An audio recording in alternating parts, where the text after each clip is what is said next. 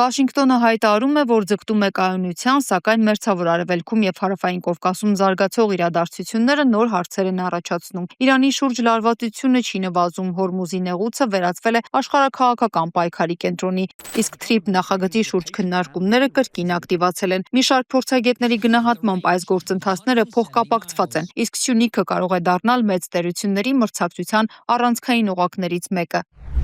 Մյուս կարևոր զարգացումը վերաբերում է Հորմուզի նեղուցին։ ԱՄՆ նախագահ Դոնալդ Թրամփը հայտարարել է, որ Միացյալ Նահանգները պետք է վերահսկի նեղուցը եւ այնտեղով անցնող բեռներից գանձի վճար։ Թրամփը նաեւ չի բացառել, որ Իրանի հետ համաձայնագիր դեռ կարող է կնքվել, սակայն միաժամանակ հայտարարել է, որ ամերիկյան գործողությունների նպատակը Իրանի ռազմական հնարավորությունների սահմանափակումն է հենց Հորմուզի ուղղությամբ։ Այս հայտարարություններին բավականին յուրօրինակ կերպով արձագանքել է Իրանի արտգործնախարարը։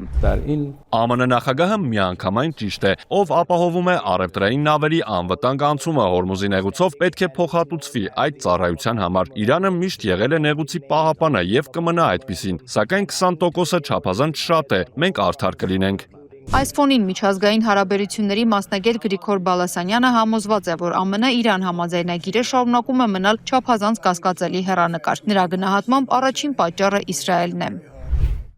Իսրայելն ամեն ինչ անում է եւ իր լոբիի եւ Նեթանյահուի կողմից Թրամփի վրա ունեցած ազդեցությամբ, որպեսզի այդ համաձայնագիրը չստորագրվի, քանզի դրանով Իսրայելը կորցնում է իր գրավչությունը Միացյալ Նահանգների աչքում, Մերձավոր Արևելքում, որպեսզի այդ համաձայնագիրը չստորագրվի, քանի որ դրա դեպքում կկորցնի իր բացառիկ նշանակությունը Միացյալ Նահանգների համար Մերձավոր Արևելքում։ Բալասանյանի կարծիքով կա նաև երկրորդ ոչ պակաս կարևոր գործոն է՝ տնտեսական շահը։ Այսինքն խոսքը միայն Իրանի շուրջ հակամարտության մասին չէ։ Թրամփը ցանկանում է երկու անգամ բարձրացնել Հորմուզի նեղուցով անցնող բեռների վճարի չափը։ Սրանից մենք կարող ենք հետևություն անել, որ պայքարը գնում է Հորմուզի նեղուցի վրա վերահսկողություն սահմանելով գումար աշխատելու համար։ Սա է Թրամփի երկրորդ նպատակը։ Դրա համար այս պարագայում եւս ես շարունակում եմ մնալ թերահավատ, որ այդ համաձայնագիրը կարող է ստորագրվել։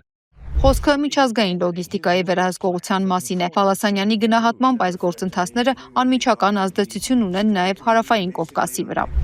Ավելի վաղ ասել է, որ Անկարայում ՆԱՏՕ-ի գագաթնաժողովը զուտ գագաթնաժողով չէր, այլ Մերձավոր Արևելքում նոր իրողությունների սահմանում էր։ Պատահական չէ, որ Իրանի դեմ ռազմական գործողություններ սկսելու հենց առաջին օրը ռմբակոծվում է Իրանի հյուսիսում Թուրքմենստանի սահմանին գտնվող երկաթգծի կամուրջը, որը հյուսիս-հարավ տրանսպորտային միջոցի ողնաշարն է եւ եվրասիական ինտեգրացիայի բաղկացուցիչ մասը։ Սրանով Թրամփը նվեր է անում Էրդողանին եւ ցույց է տալիս, որ եթե Էրդողանը անվերապահորեն աջակցի Թրամփին, ապա իրենք կմիավորեն միջին միջանցք եւ Թրամփի ուղի երկու գաղափարները, չնայած հասկացողները գիտեն, որ դա ըստ էության նույն բանն է եւ ամբողջական վերահսկողությունը կհանձնեն Թուրքիային։ Փորձագետի կարծիքով, եթե Թուրքիան ամբողջությամբ աջակցի Վաշինգտոնին, ապա միջին միջանցքը եւ Թրամփի ուղին կարող են գործնականում միավորվել մեկ ռազմավարության մեջ, սակայն Բալասանյանի ամենակոշտ գնահատականը վերաբերում է Հայաստանին։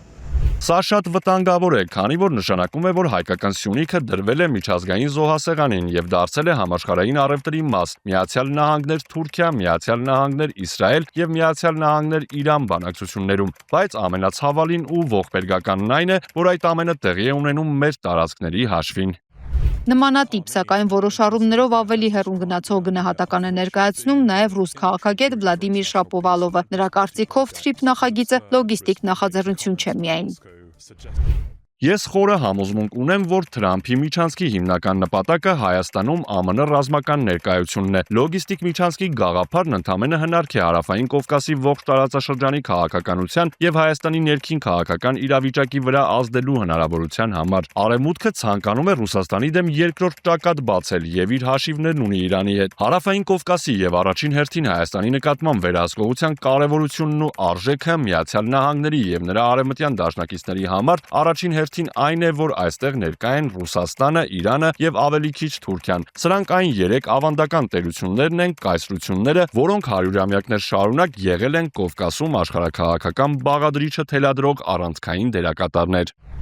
Շապովալովի գնահատմամբ թրիփ նախագծի հիմնական նպատակը ոչ միայն լոգիստիկան է, այլ Միացյալ Նահանգների ռազմաքաղաքական ազդեցության ընդլայնումը Հարավային Կովկասում։ Նրա կարծիքով Հայաստանի աշխարհագրական դիրքը Վաշինգտոնի համար կարևոր նշանակություն ունի նաև Ռուսաստանի եւ Իրանի նկատմամբ ռազմավարական հաշվարկների տեսանկյունից։ Այսպիսով փորձագետները թրիփ նախագիծը դիտարկում են ոչ միայն որպես տնտեսական կամ տրանսպորտային նախաձեռնություն, այլև որպես աշխարհաքաղաքական ազդեցության գործիք։ Նրանց գնահատմամբ Սյունիքը հայտնվել է խոշոր տերությունների շահերի հատման կետում, որտեղ որոշվում են ոչ միայն տարածաշրջանային հաղորդակցությունների, այլև ուժերի հավասարակշռության ապագան։ Ֆրիդա Ղազարյան, Վահագ Մխիթարյան, TB News։